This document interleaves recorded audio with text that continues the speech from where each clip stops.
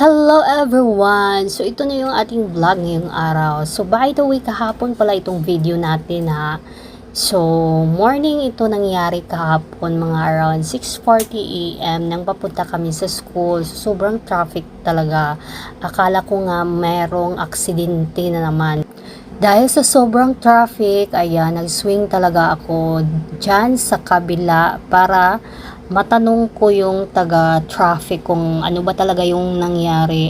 Yung ganito ang daloy ng mga sasakyan. Sobrang hina talaga. Ayan, makikita nyo na yung motor diretso-diretso lang. So, ayan. So, kami, sa kabilang side kami liliko. Advice nila na liliko kami sa left side kasi sa mga four wheels, hindi daw makadaan yung mga four wheels, mga malalaking sasakyan. So, ayan, nagtanong tayo sa traffic.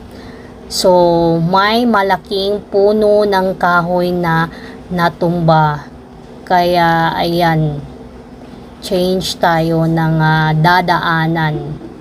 So, liko kami dito sa may kabilang side, sa may left side. So, bali, parang umikot na talaga kami sa kabilang daan.